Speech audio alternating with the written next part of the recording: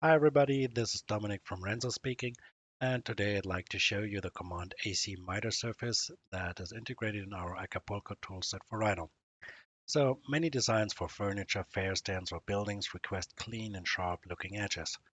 Well, this is still easy to do by hand when both parts are planar and everything is 90 degrees to each other.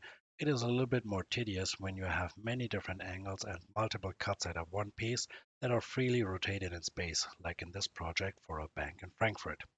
But with acMiterSurface command, you can create the proper miter surfaces for any angle between parts for cutting the pieces. But there's even more. With our command, you can even do that for curved joints. With this stand for Audi at the fair in Shanghai some time ago, we needed curved miter surfaces at some of the corners of the building. With our command, it is very easy to generate miter surfaces to whatever comes along.